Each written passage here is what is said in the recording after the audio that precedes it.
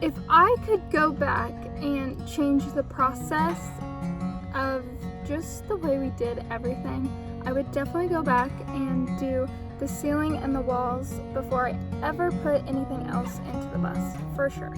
But I can't go back, so this is the way we did it. So let's talk insulation. It sucks, but overall the process was super easy. This is the insulation that we used. We went with the roll kind because it was pre-lined with the paper backing, and I've heard that if you get insulation on your skin, it becomes like super itchy. It feels like little shards of glass. So we went with this kind, the roll kind, because we were just trying to not feel like that, and we were trying to avoid all of the itchiness and burning sensations. So yeah, that's why we went with this kind. We could have definitely used like the sheep wool insulation, but we didn't. So yeah, this is the kind we used, and here is how we installed it.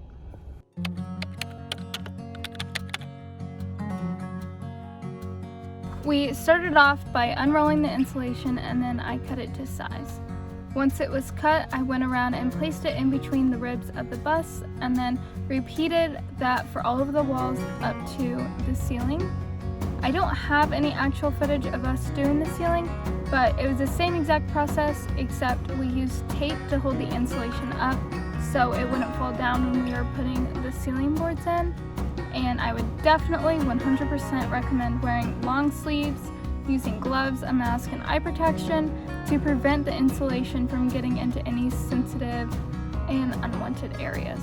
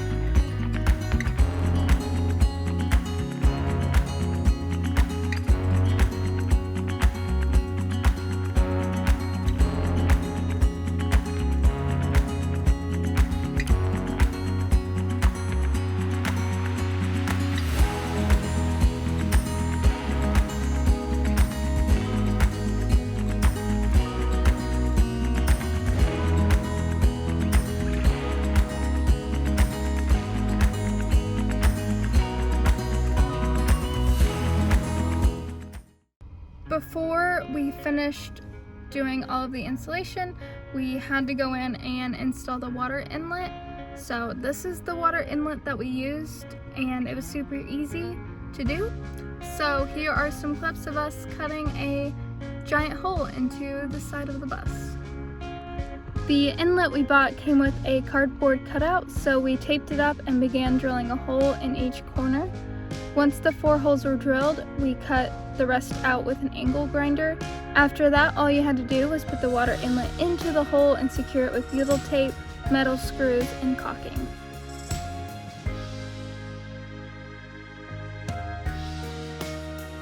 And then that's it. Now we have a place to fill up our water tank.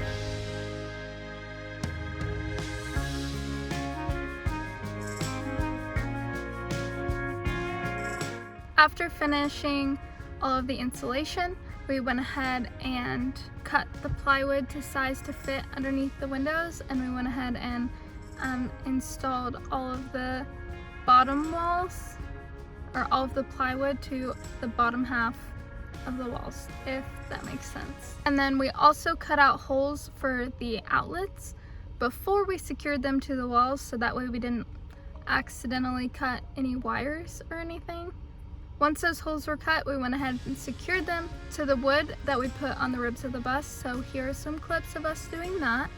Also, don't mind our wood cutting skills. We were using a $35 table saw, still didn't know how to cut in a straight line, and it was getting really dark outside, so yeah, just don't mind our wood cutting skills.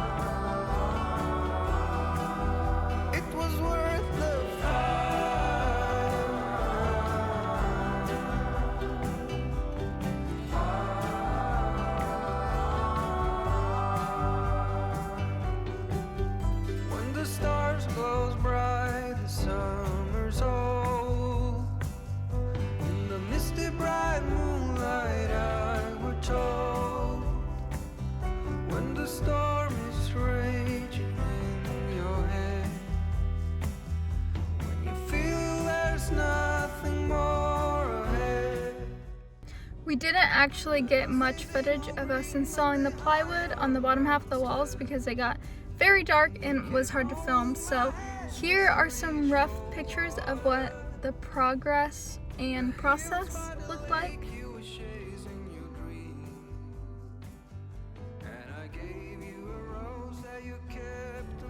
Now moving on to the ceiling, which was an absolute.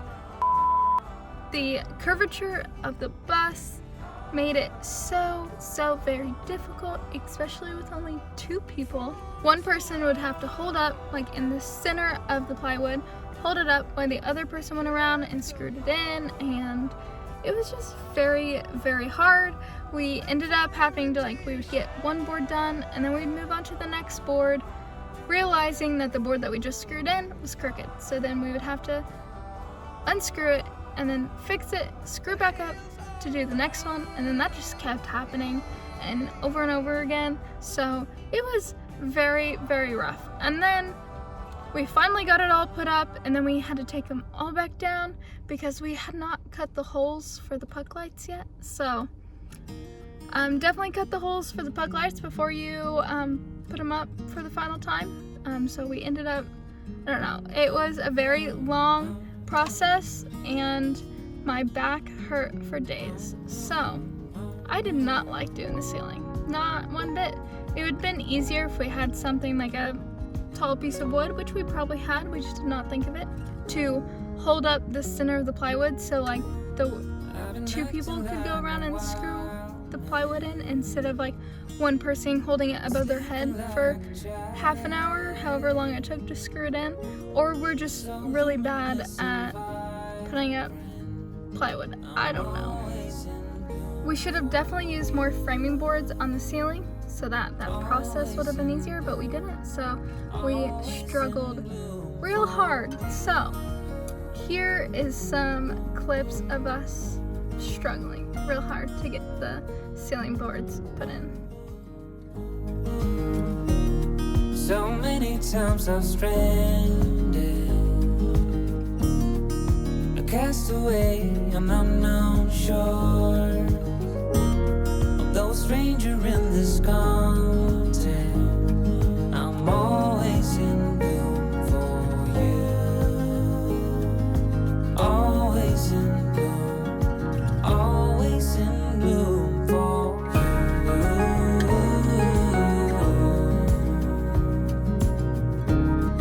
infatuated life.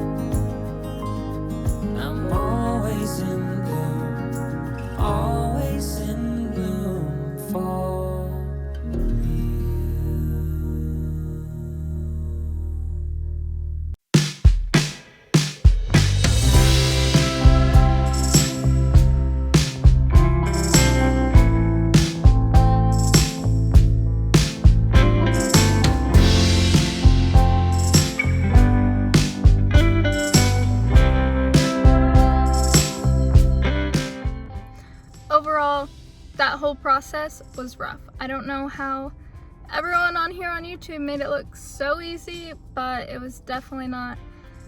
But we did end up obviously getting it finished. So here is what that looked like with all of the plywood up on the ceiling and walls. And keep in mind, there are still seams, and then we did eventually fix those later on in the build.